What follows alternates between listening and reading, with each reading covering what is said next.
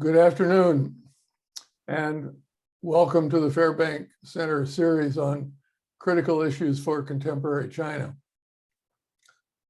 I'm Bill Overholt from Harvard's Kennedy School.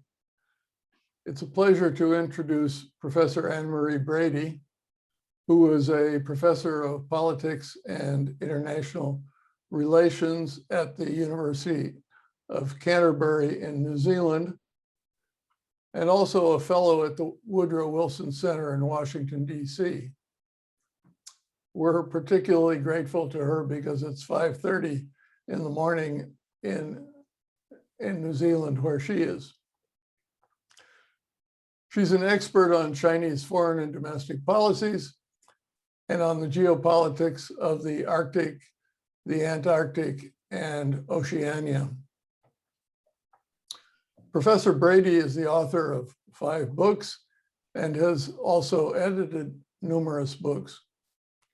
Her most recent books provide path-breaking research on China's aspirations to be a polar power, and an edited collection on how smaller Western democracies are coping with their geopolitical challenges. She's going to talk to us today about the role of the United Front in China's foreign policies. Professor Brady, over to you. I will just jump in real quick before we start, just so people know how to do questions, because I'm sure there will be plenty. There's a Q&A tab in the bottom of your screen. Please just click on that. If you want to ask a question, you can ask the question anonymously. But if you choose not to do so, please let us know who you are and your institution. Thank you. Tēnā koutou katoa, warm Pacific greetings. Thank you very much for hosting me today, and it's my great pleasure to share with you my research and thinking on how democracies and other states can address China's political interference activities.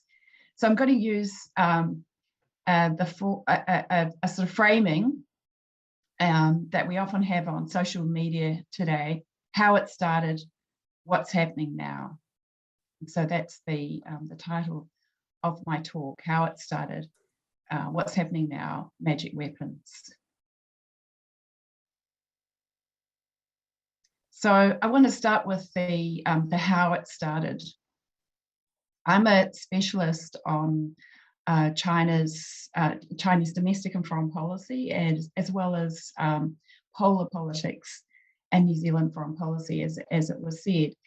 And in 2017, I was invited to be part of an edited book project looking at China's political interference activity. And as was the gentleman on my right, John Garno, who was formerly a journalist for the Sydney Morning Herald and became an advisor for the Turnbull government in Australia. And he'd been involved in a big project for a couple of years, which was for the Australian government, whereas I'd been working on my research, which had a lot of overlaps, and we'd had many contacts over the years on how the CCP works and the policies of the CCP. So I was asked to look at a case study on New Zealand, on China's political interference in New Zealand. And John was giving the example for the group about Australia's political interference, because China's political interference in Australia, the overall theme of our group project was China's political interference activities around the world. But when I started to do my research, I found a lot more than our editor may have thought that I was going to find. And I actually got to the point of thinking that I couldn't wait for academic publishing, which literally took 3 years for that book to come out, and that I needed to go public with my research, because I found some very concerning pieces of information. For example, the impact of considerable donations coming to our political parties from CCP connected individuals, an MP, member of parliament, who disguised his working for Chinese military intelligence for 15 years before he'd come to New Zealand and so on. And John also had a big body of information which didn't go public initially. So we both came to this conference workshop in Arlington with these bombshell revelations, and both of us, and we discussed it with our fellow participants. It was a closed door workshop, and both of us separately had our meetings in Washington, DC, as in his case, well organized, because he was coming with the awareness of the Australian government. In my case, I'm a scholar, and I have many long-standing associations in Australia, in Washington, DC. And so it was like two rockets going into the US administration, New Zealand and Australia, with really severe cases of China's political interference. And it really fed into the zeitgeist. It sort of crystallized thinking in the US administration.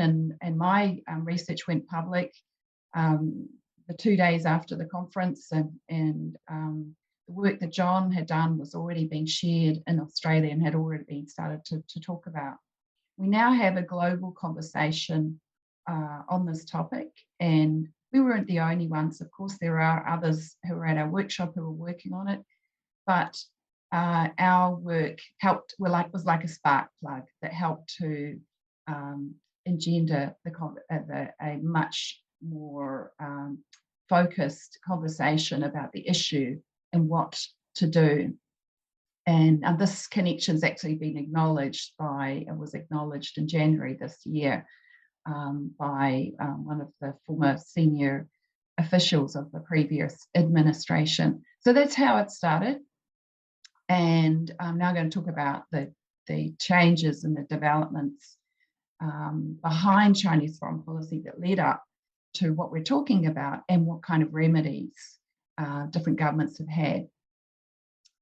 So China and the world, according to CCP General Secretary Xi Jinping, is in a new era. China is now aspiring to be a global great power, and in many ways meets the measures of how we assess a great power, and is seeking change in the global order. And Xi Jinping's policies are building on long-standing thinking within the CCP, but also 2 decades of double-digit growth. Xi Jinping's administration is able to take action on ambitions that have been there long-standing. And the concept of rich countries, strong military, Fuqiang is the shorthand version of it, is one of the ways in which that thinking is symbolized, that China will have a strong military and be rich and prosperous. That's a synonym for the status that China seeks. And in global terms, that's China is a great power. So what I have identified in my research is the 3 prongs of China's contemporary foreign policy. State to state, we're familiar with that, relations between governments and officials. And we're increasingly seeing military shows of force in the South China Sea, but also beyond the South China Sea down into the South Pacific, for example, into the Arctic.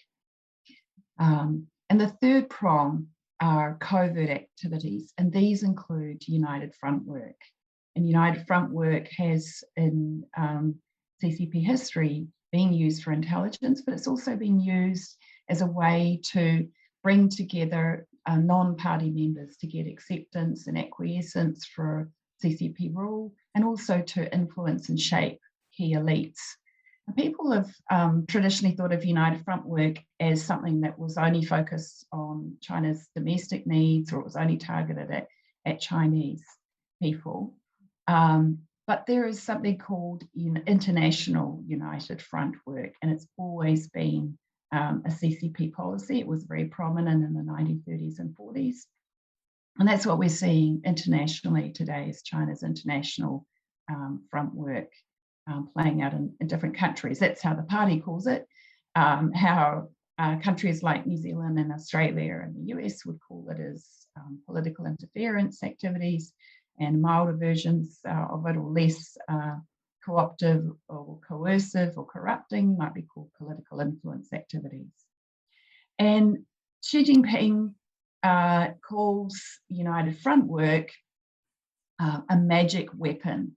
And he's taking his terminology from Mao Zedong, who said that the three magic weapons of the Chinese Revolution were armed struggle, in other words, the role of the PLA, party discipline, and united front work. It was the united front work that, for example, led to the surrender of Beiping, what is now Beijing, from internal members of the party who were within the administration there. So United Front work has had a really important role for the CCP, but it's really been emphasised under Xi Jinping and re-resourced. And as I've shown in my research, contemporary United Front work combines a nexus of party, state, military and market entities. And I showed this in my paper, Magic Weapons, which is there in the Wilson Centre if you want to read it. You can see how large Chinese companies, whether private or state-owned, can be involved in CCP United Front work, for example, being the source of donations into political parties. And there's an intertwining of interests. United Front work, or United Front, is a Leninist concept. Lenin talked about in one of his famous articles, criticizing his fellow communist members for not being willing to form alliances where necessary, temporary alliances for a long-term goal.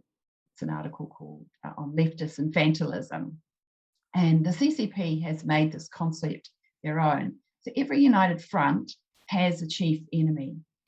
And in World War II, the chief enemy in China's United Front was Japan. But in the present day, the main target, the chief enemy of the CCP's United Front work is the United States. Hence the focus on allies and partners of the US, such as New Zealand or Australia or the UK. And there's been a lot of attention on that. But one of the things that I highlighted when I first presented my research in Washington, DC back in 2017 is that the US is the main target, and the US is also experiencing a lot of United Front work activities, and more on that in a minute. So there are both domestic pressures and foreign policy agenda that comes behind the CCP's enhanced, expanded United Front work. CCP under Xi Jinping is ruling China in crisis mode and trying to impose its will over Chinese society, rolling out policies that were followed, draconian policies that were followed in Xinjiang and Tibetan areas, more broadly across the whole of China. And we're seeing United Front work prominent in domestic Chinese politics, as well as internationally. China feels itself subject to what the party would call hostile foreign forces. It's aware that it has negative international public opinion, and so it needs to step up its efforts to try and change that. And so I've looked at case studies in the last few years, many different case studies looking at China's political interference activities. I've looked at New Zealand in detail, but I also then used the template that I created in the Magic Weapons paper to look at Albania. I've looked at many different Pacific Island states. I've looked at Iceland, Japan, and through the work of my graduate students, I've been looking at Vietnam and Pakistan. And so what I've found is that we can find many of the different approaches of CCP United Front work that I identified in my Magic Weapons paper template, but they vary according to the society. For example, whether a society has a large overseas Chinese diaspora that may become an important vector in a country like New Zealand that has a significant overseas Chinese population. In a country like Albania, it's not a priority. Other aspects such as elite capture become more important. But the CCP, like Russia, will find the cracks in our society. And I use the analogy of water on limestone. Every block of limestone will have cracks. We can't necessarily perceive them with our own eyes, but Russia and China are looking for the cracks in our society and looking to exploit them. So I want to go and do a little bit of a tangent now and give a bit of a backdrop to the changing geopolitics and from China's point of view and thinking that has led up to some aspects, important aspects of United Front work as I've identified it in the Magic Weapons paper. So I first want to talk to you about the politics of maps. You will be, being in the northern hemisphere, will be used to seeing the world through the lens of the map on the left here, an Atlantic-centered ocean.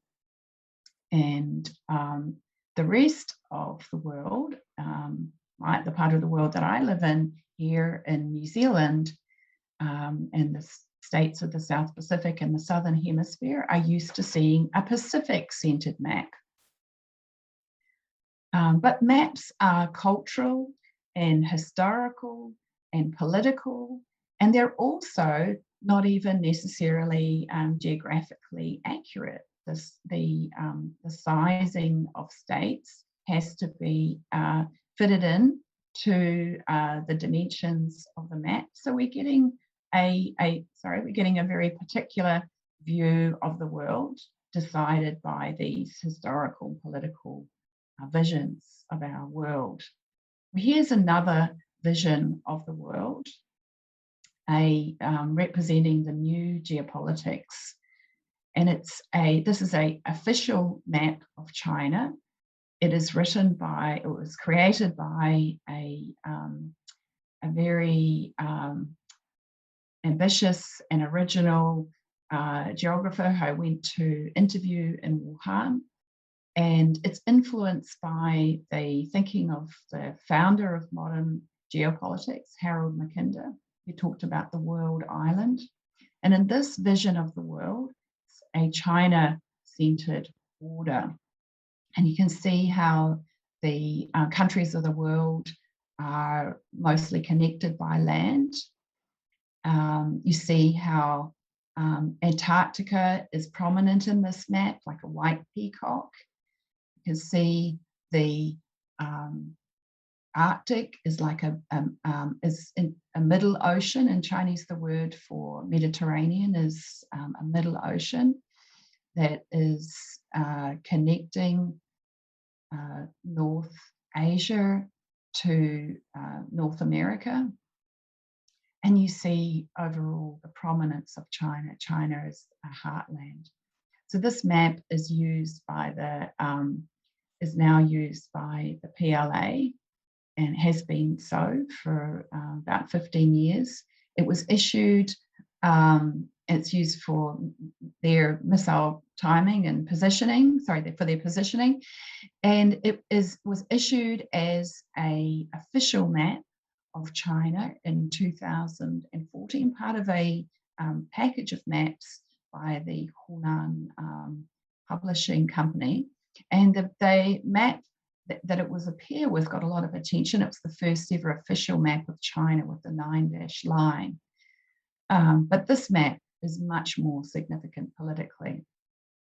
So China's new geopolitical thinking, which really highlights maritime policy, and Xi Jinping has very much emphasized this since he has come to power, you might be surprised to know, is influenced by yet another foreigner, this time not a German or a Russian one, but an American, Alfred Mann.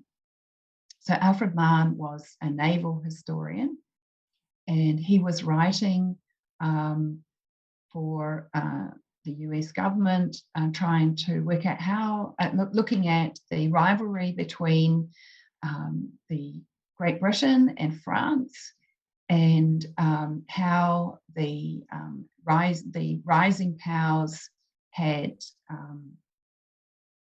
who had been able to succeed, and how they'd been able to dominate. And these were the categories that he highlighted as being important for a rising power.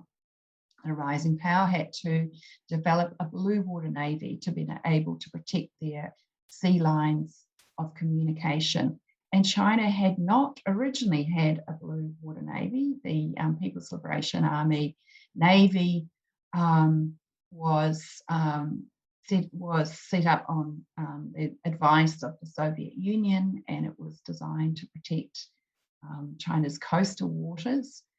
And there's been a revision of that thinking, a turning against Soviet thinking on naval forces since the early 1980s, when the then Chinese Minister of Defense issued new thinking. And back in the 1980s, China had limited ability to develop that thinking. And as I said, that double-digit growth has really helped to forward that vision. And we now see China with a very significant blue water navy.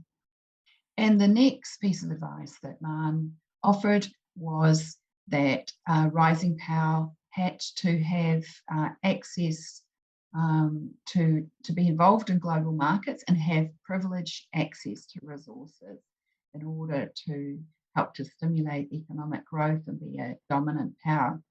It can be through colonies, or it can be through market access. And China is indeed now a global economic power which is seeking privileged access to strategic resources. And the final point that Mann makes is the need to develop maritime consciousness in the population. Historically, China, whether in dynastic times, whether in the time of the Republic of China or since 1949, has not had strong maritime consciousness in the population.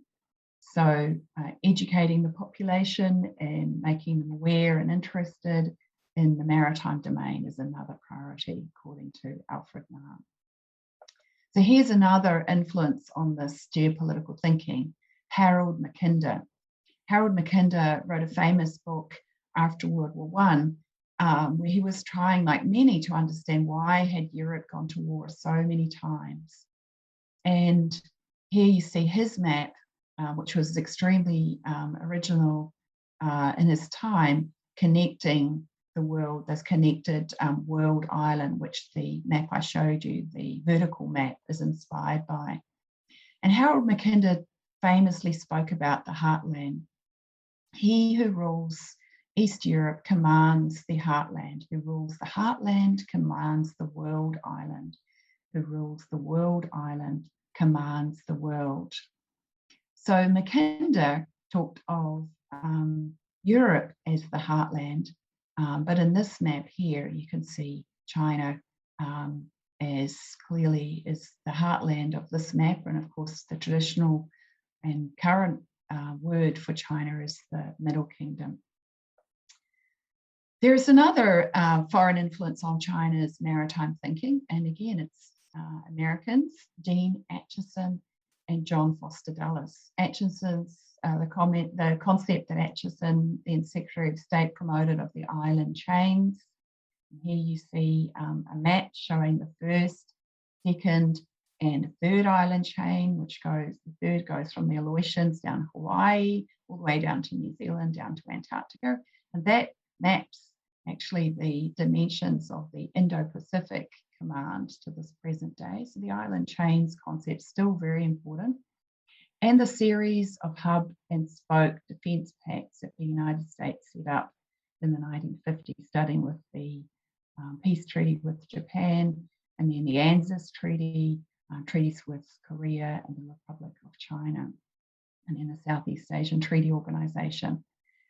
And John Foster Dulles had another concept that's influenced China a lot, and that's the concept of peaceful evolution, the idea that more and more, that the US and other states should engage more and more with the Eastern Bloc, particularly culturally and socially and economically. And the more that it does so, it will erode communism and gradually lead to a peaceful evolution. So from the CCP's point of view, that's containment, and that's an example of hostile foreign forces trying to break up China. So you can see from what I'm trying to share with you here, some aspects of why United Front work would be important to the CCP. It's in part defensive, and it has been for a long time, but I would say that it's gone on the offensive under Xi Jinping.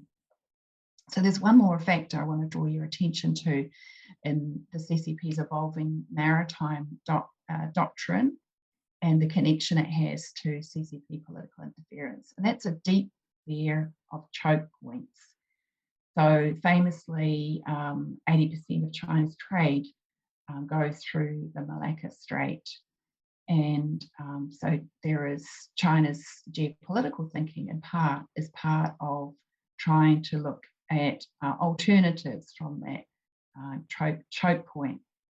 So these are the 4 points that I highlighted in my Magic Weapons paper, which began with a template of CCP political interference activities based on what I found CCP policies, documents of agendas, aiming and strategies to influence foreign publics and engage in activities that would connect to enhance CCP interests and policies. So the first category is, and here I don't put them in order because they, as I said before, they differ in how significant they are for each country, and each country has a different setup. Each country has a different set of block of limestone. But for my country, New Zealand, and any country that has a significant overseas Chinese diaspora, a very prominent vector of CCP political interference efforts to target and to manage that Chinese diaspora, to manage their community groups, to bring their media under control, and in some cases to utilize or attempt to utilize people within the ethnic Chinese community as agents, whether witting or not, of Chinese foreign policy. So that's very difficult for our Chinese diasporas, as I've identified in my research.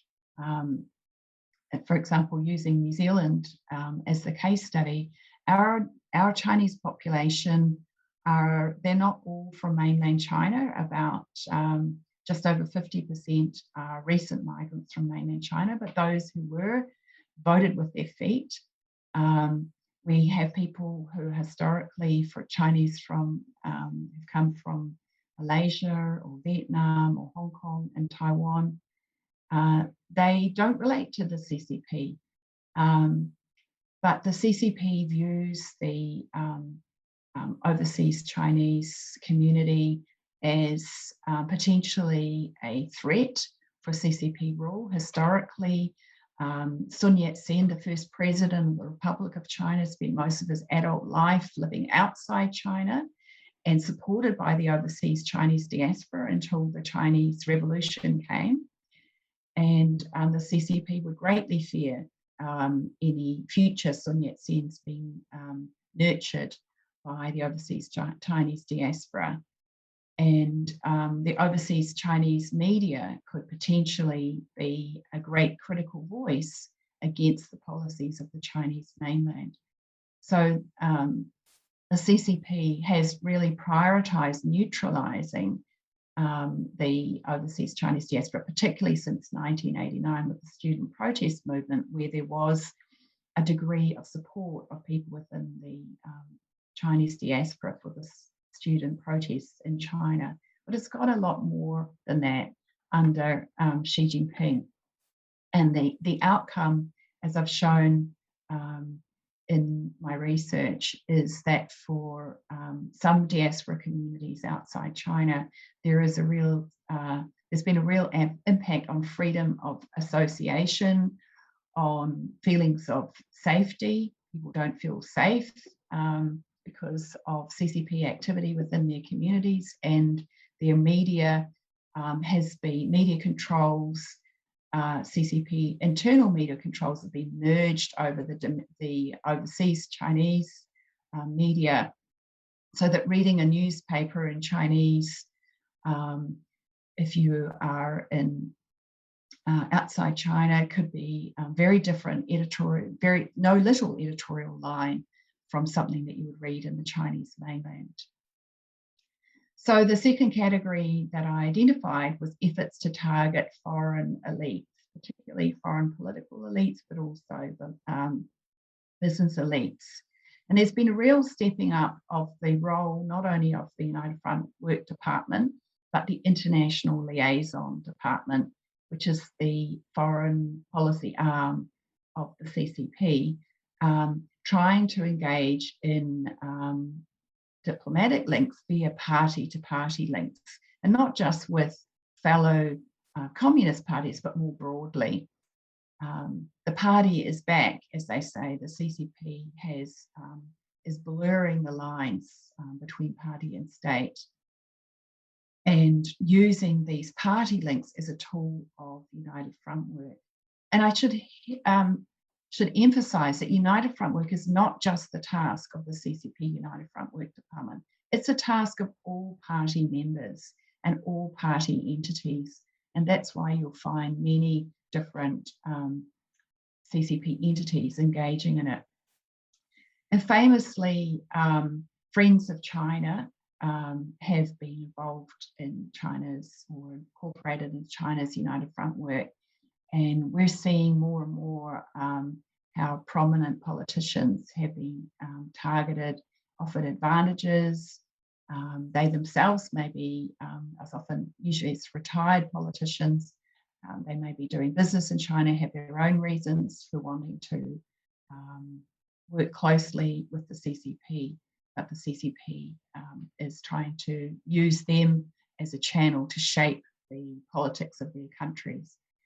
And the CCP targets, United Front work targets local government too, because central government agencies might have the advantage of good advice on foreign policy risk, strategic risk, but local government doesn't necessarily have that level of access.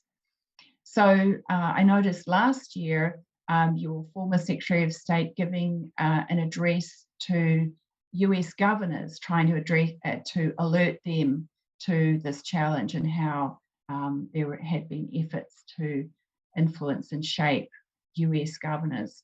And in many countries, we see targeting of city governments and other local level governments to try and influence and shape their policies, and to set up initiatives such as the Belt and Road project, which I'll talk about in a minute, which the central government might not agree to. Universities have been another vector of CCP United Front work. I know a big conversation in the United States in the last couple of years has been about civil military transfer of technology to China, and how it breaches both our government's international obligations under the Wassenaar arrangement, but also has great strategic risk.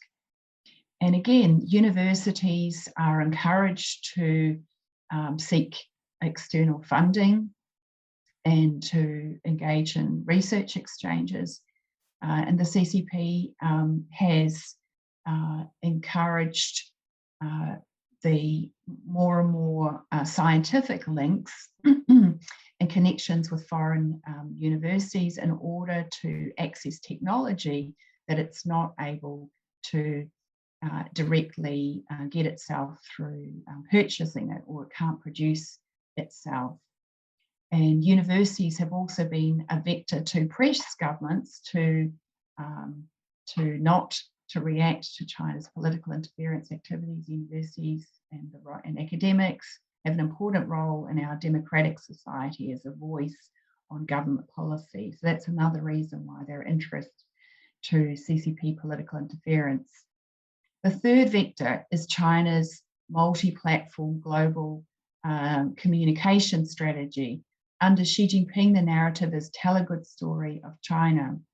China feels itself working in a hostile information environment. It's trying to shape global perceptions about China.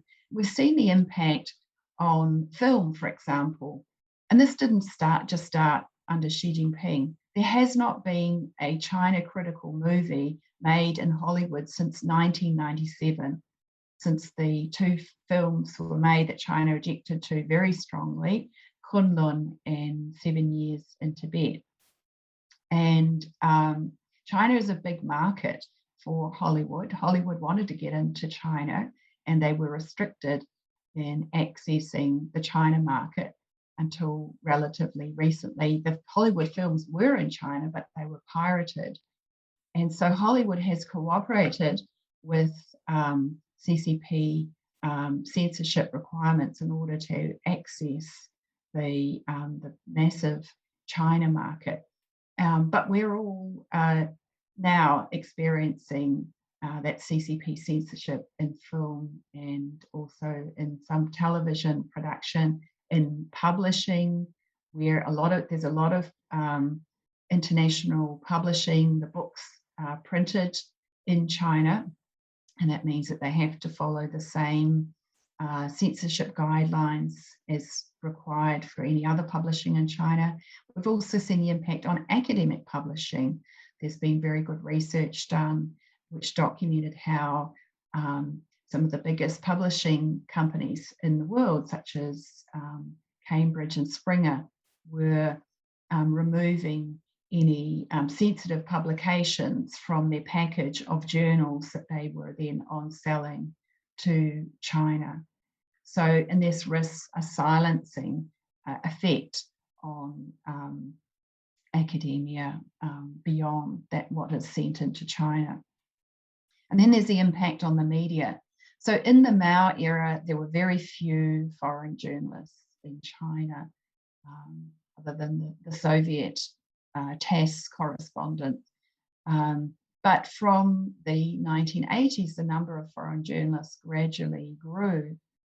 And there were, but now we've seen in the last couple of years a steady reduction in the number of foreign journalists in China. China does not want foreign eyes on the political situation in China. It views the Western media as hostile. It also believes that many Western journalists are akin to spies, and some of them literally spies. And so we've seen many Western journalists forced out of China in recent years, and there's now only a handful of Western journalists remaining in China. So that has an impact on the rest of us as well as suiting the controls that China wants. So the final vector is China's Belt and Road Initiative. And you can see from what I was saying before about the fear of choke points and the desire to strengthen China's control of its sea lanes of communication, and then the expansion into a blue water navy, that thinking of Man and its impact on China's Belt and Road Initiative policies. The Belt and Road, it built on policies that developed in the Jiang Zemin era, the going out strategy, but it's much more ambitious than that. Apparently, the Central Propaganda Department has issued instructions that there should be no proper map showing all the links and connections, none issued publicly, of the Belt and Road Initiative. It would blow your mind if you could see all the dimensions of it. This map shows some of the broad focus points, but even this, which is more information than most because it talks about the Pacific connection, it doesn't show, for example, the emphasis on the Arctic as well. Now, multiple land and sea route connections, plans for ports and airports. And then there's the digital Silk Road. China, like Russia, is developing its own global navigation system. GPS is both a military technology and a civil technology, and it was the Taiwan crisis in 1995 that where there was missiles fired across the Taiwan Strait, that the PLA realized that GPS was not a good technology for China to rely on. They needed their own independent, similar technology. But it's not as easy for China or Russia to roll out a global navigation system. They don't have the allies and friendly partners on the scale that the United States does around the world, and they're starting from scratch. But partners in the Belt and Road Initiative are supposed to join the Digital Silk Road, to agree to Beidou ground stations, to take Beidou navigation systems and as a part of navigation systems within their country, to take up Huawei technology and other Chinese telecom, which will use Beidou in their systems. And then they will provide micro positioning information to China's navigation system. So there are strong military imperatives to the Belt and Road Initiative, as well as being part of a much more ambitious global vision, as I talked about earlier, the new era. So China's political interference activities has had a significant impact on many countries like my own. But when I first presented my research in 2017, there was a strong defeatist narrative. Many in my country, as in other countries, believed there was nothing we could do. We have China's our most important market, and that's the same for many, many countries in the world, that China is their most important market. And so in my research, one of the things I've tried to do is to emphasize that we do have our own magic weapons, and we do have many strategies that we can adopt to make ourselves more resilient and to address this challenge.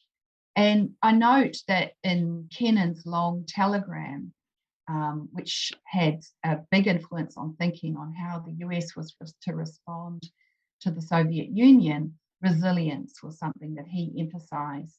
And so I quote from Kennan. He says, "Much depends on health and vigor of our own society.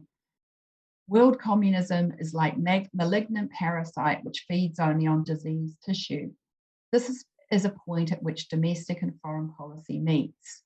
Every courageous and incisive measure to solve internal problems of our own society, to improve self-confidence, discipline, morale, and community of our own people is a diplomatic victory worth 1,000 diplomatic notes and joint communiques. If we cannot abandon fatalism and indifference in face of deficiencies of our own society," and he says Moscow, we could replace that with Beijing, or add in Beijing now that Russia political interference is also a great challenge, "will profit, and they cannot help profiting by them in their foreign policies." So as I identified, democracies have magic weapons, and now is the time to use all those magic weapons.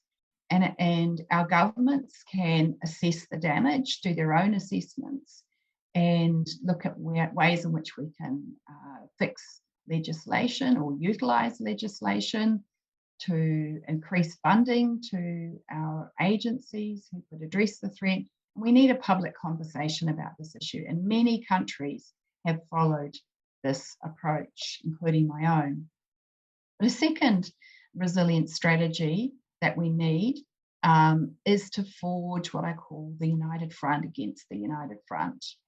And it's Leninist thinking, when it's not an ideological connection, it's identification of a common threat and some points in which countries can cooperate on. And what I've really emphasised has been looking to support each other economically, as so many countries have felt very vulnerable because of their economic dependence on China. And information sharing is very important too. What I showed in my research is that the CCP political interference activities have a recognisable pattern, and they're often cross-national too. So countries can strengthen their resilience by sharing information on what they're experiencing. And it's really important when we're looking at these issues that our leaders and commentators make a very clear distinction between China, the nation, the CCP, the Chinese population living in China, and the Chinese diaspora. Our Chinese communities need our support. And I know you've just had a terrible incident in the United States recently of a hate attack against your Asian community. So this is a very difficult issue to deal with, and we have to be extremely careful with our language. And we need to help to our Chinese communities to restore truly local and diverse Chinese language media and community groups. And where possible, we can support other states in developing better knowledge about the CCP and its policies. So that was my advice 4 years ago. How's it going? Well, in 2018, January 2018, the US issued its Indo-Pacific framework, and it's there to the right of me, and you'll see there's quite a bit of talk about China's political influence activities that was directly impacted by those two thunderbolts that came from Australia and New Zealand in September 2017. And soon after and crystallizing thinking that was already there, of course, and awareness in the US. And then the National Defence Strategy was issued soon after, and that also had a clear view of the challenges. And so the next goal that developed was a growing bipartisan consensus in Congress and then amongst the states, which was harder under your former president because of the great political divide that we can see, the world can see, and I know that you have all experienced.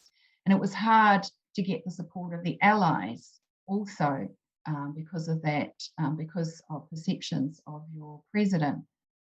But nonetheless, there were joint agreements as countries could see the challenge, and it was just a matter of how to deal with it. So in September 2018, the Five Eyes signed a communique on working together on foreign interference. And a big economic agreement was signed. It was originally called TPPA, but the US government pulled out. So it was renamed CTPPA. And so it's been not the developments in the Trump administration to address this issue, I think, were not as powerful as they could have been because of some diversions in approaches and perhaps a lack of emphasis on the allied response. But this is coming in very strongly now in the Biden administration with an emphasis on re-strengthening allied relations. And yesterday, an assessment was released by the Office of National Intelligence talking about China's great fear of the Biden administration being able to organize a global alliance against China. Well, that's essentially what the United Front against the United Front would be. The Biden administration has reassured allies and partners by rejoining the Paris Agreement. We're seeing many more freedom of navigation operations in the South China Sea, not just from the US, but recently Germany, for example, which shows that allies share US concerns. And we're seeing efforts to coordinate allies on how to set up agreements on strategic technology, to access strategic minerals, and to coordinate their COVID response. So I would assess that we are now seeing that the United Front against the United Front is starting to come together, that many states are not just addressing political interference in their own countries, but they are coordinating and supporting each other in being more resilient. So that's all I wanted to talk about from my talk, and I welcome your questions.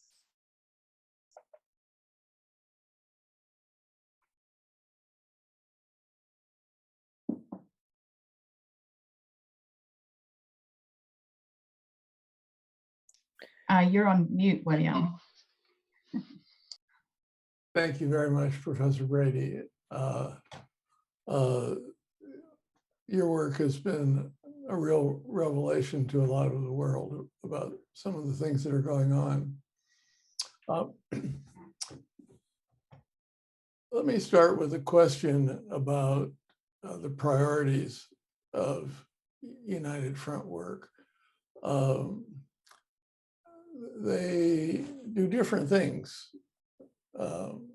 They steal military secrets. They steal technology and other things for economic purposes and negotiation purposes. They sell their system as superior. One thing the Russians do is to deliberately try to disrupt democracies and make it difficult for democracies to function. We've seen that in the US election, the Russians tried to interfere directly on the side of Trump, and the Chinese decided not to interfere. What are their priorities?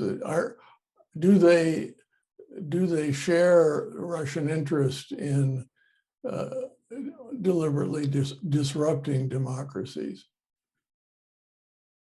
Yeah, I think we can say that that would definitely be the case, that political interference in the case studies, China's political interference in the case studies that I've seen, that I've looked at across many countries, are having a negative impact on democracies. It is not democratic to have a foreign power trying to direct the policies of political parties, and especially covertly.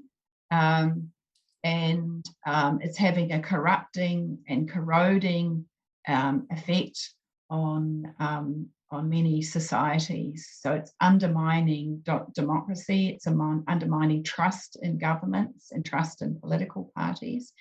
It's leading towards, it has a risk of leading towards alienation and cynicism towards governments.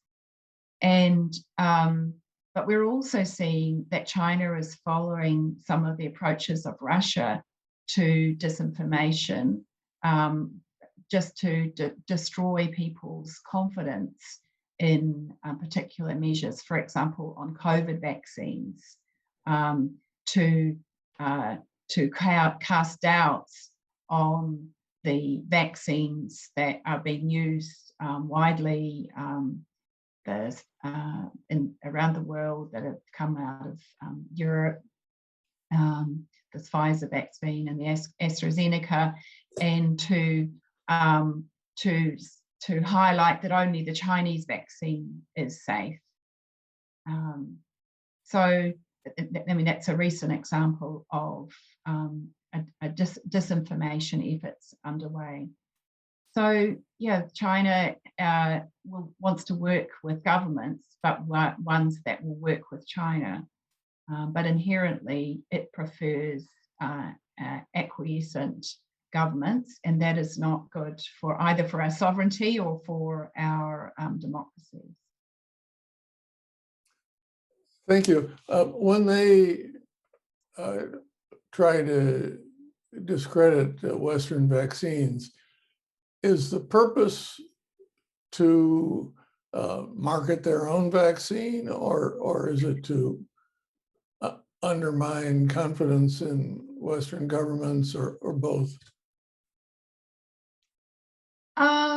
Well, I think it'd be hard to without access to the party documents to assess which is more important. I'm sure there is a commercial interest, but it also leads. We're seeing in the Southwest Pacific the efforts to push Chinese vaccines and China access to Chinese PPE as a tool of foreign policy.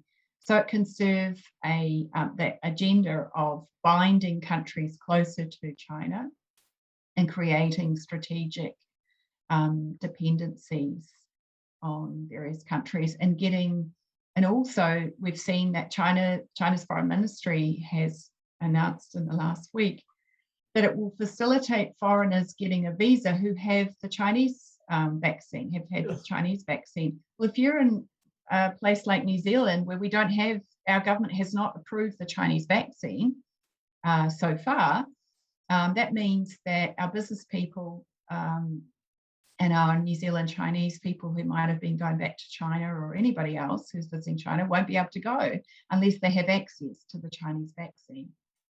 So that can also be used as a means to get elites to put pressure on their government about their relationship with China. Thank you.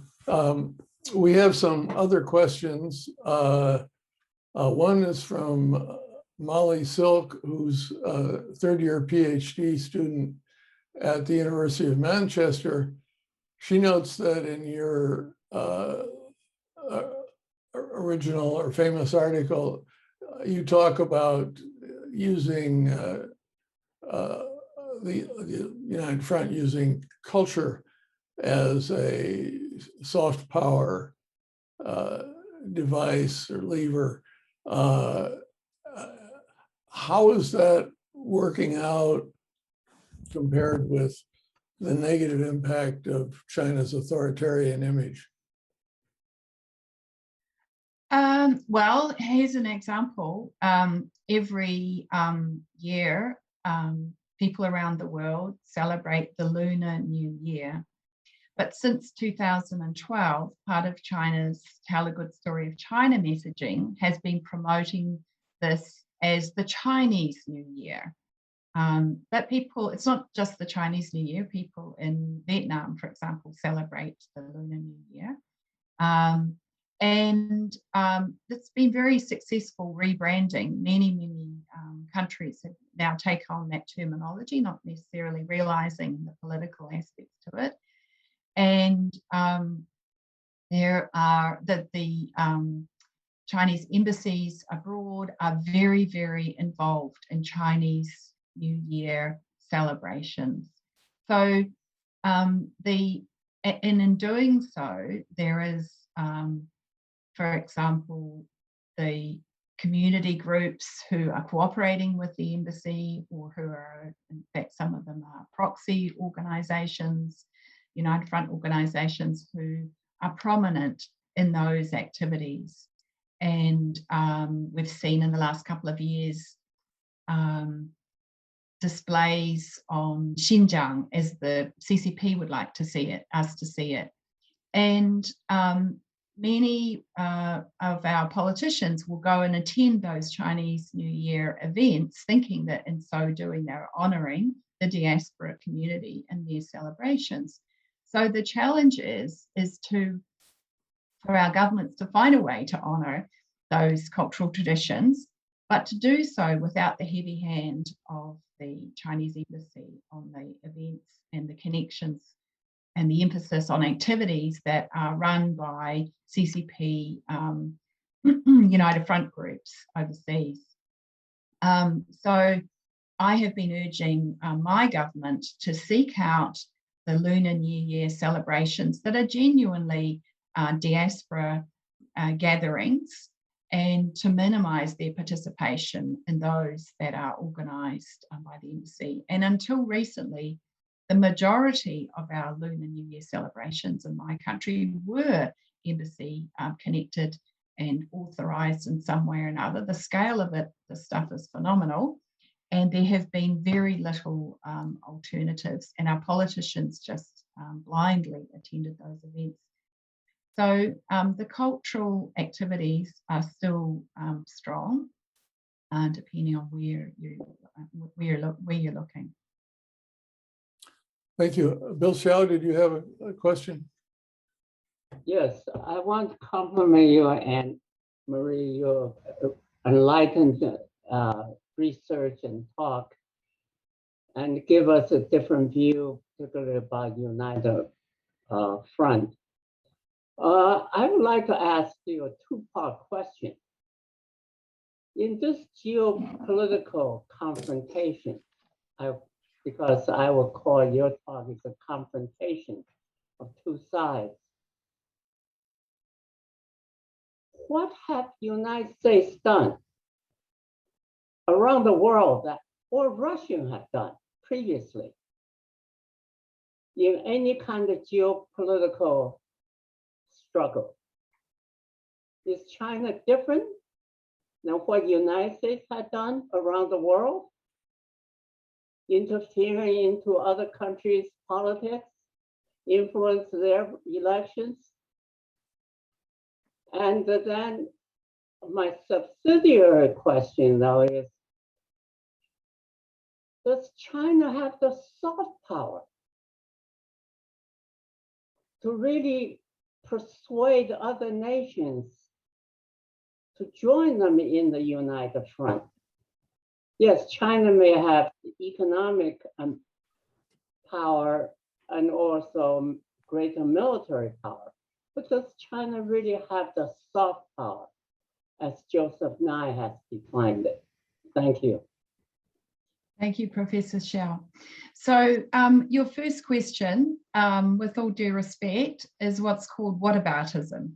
So what that means is that we say somebody's doing something bad, so we can't criticize something else that's bad done by someone else. So I'm a specialist on Chinese politics, so I've focused in my research on what the CCP is doing, because that's what I've been trained to do and I'm employed to do.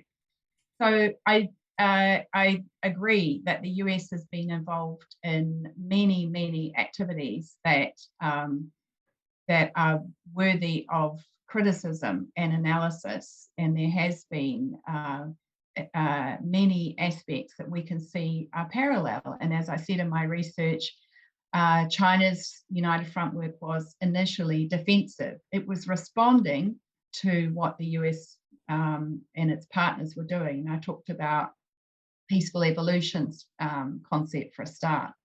But I don't think it's okay that we say, well, just because the US and other countries have engaged in this kind of behavior that we regard as unacceptable, that we can't look at what China's doing and address it and discuss it. You know, I'm really, really concerned about a narrative that's developed recently about the situation in Xinjiang with Uyghur and also Kazakhs who have been targeted by the CCP. That because of the ways, for example, of which countries treat their indigenous, other countries treat their indigenous people, that they can't speak up about Xinjiang. We should both address the problem of how our indigenous peoples have suffered and acknowledge that painful history and speak up for the human rights of the people in Xinjiang. We have to be able to hold complex ideas and recognize that there are things worthy of criticism in every country. So I think that it's wrong to just to distract from the topic of our conversation right now, which is China, by saying the US has just done the same thing. I think that we need to raise the concerns about the US, which are often very well known, but at the same time, we need to talk about this issue with China because it has been hidden, it's been deliberately hidden. And for the health of our societies, we need to address it and make ourselves more resilient. And my focus in my research, actually, I mean, I'm from a small state. We don't have the ability to get many countries to do what we want. But what we can do is make ourselves more resilient and strong. And so that's been my advice to my government and many other governments. So this, your second question about whether or not China has soft power that can get countries to join in its United Framework. Well, you've got the concept a bit wrong there. First of all, Joseph Nye has been hugely critical of how Russia and China have misused the soft power terminology. Hu Jintao's government adopted the soft power term in 2007, and Nye says that the way that Russia and China use soft power is not what he means by soft power at all. The Russians have this concept of smart power, which they can say is a clever use of the useful bits of soft power and hard power combined, and they're doing that in their Antarctic policies, for example. So United Front work is not something that you attract countries to. It's a secret CCP policy and strategy that is used as a tool of China's foreign policy, and sometimes is used in intelligence activities and also for military agendas. So there is a lot of covert activity involved in the United Front. So it's not about, again, it doesn't match the soft power, the ideas of what soft power is, that you naturally attract countries through the strength of your culture or your society. I mean, France is a great example of that. You know, many people are drawn to an interest in France because of their wonderful cuisine and language and literature and so on.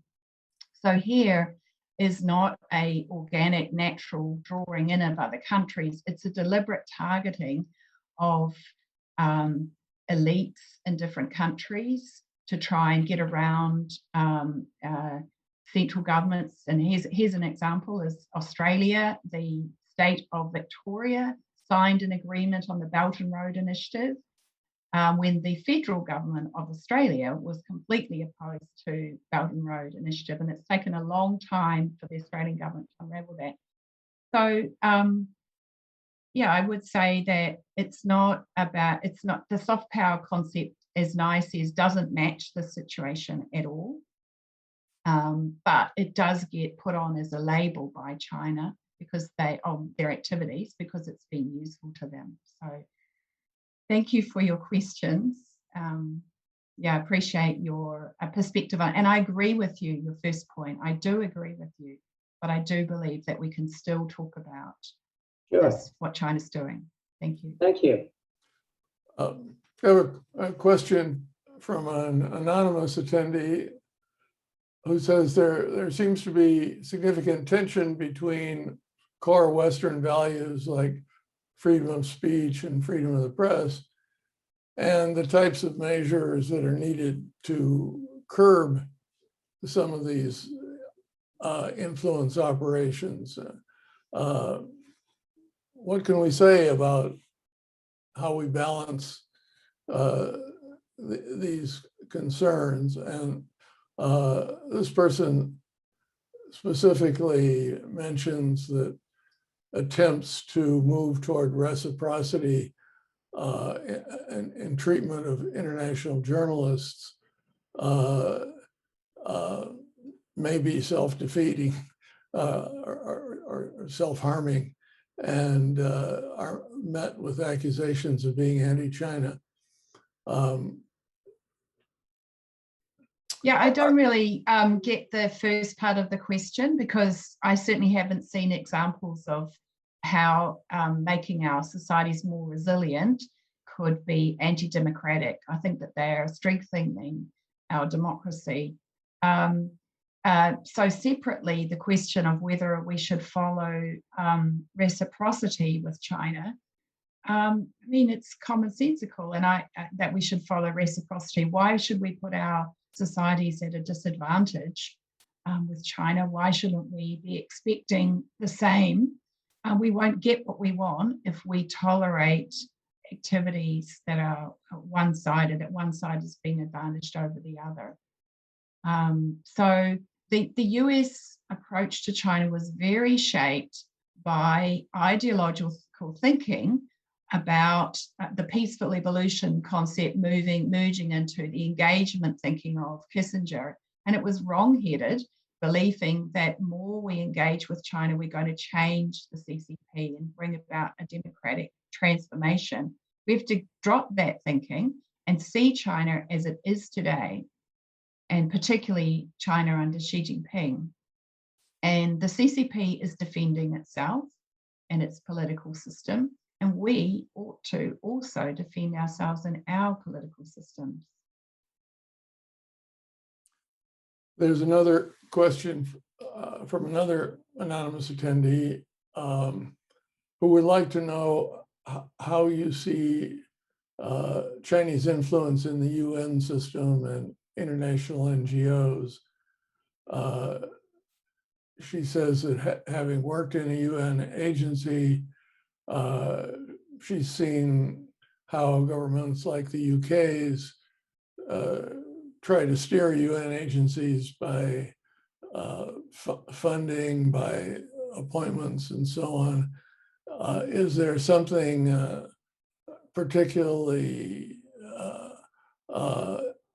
important or necessary to be concerned about in Chinese activities?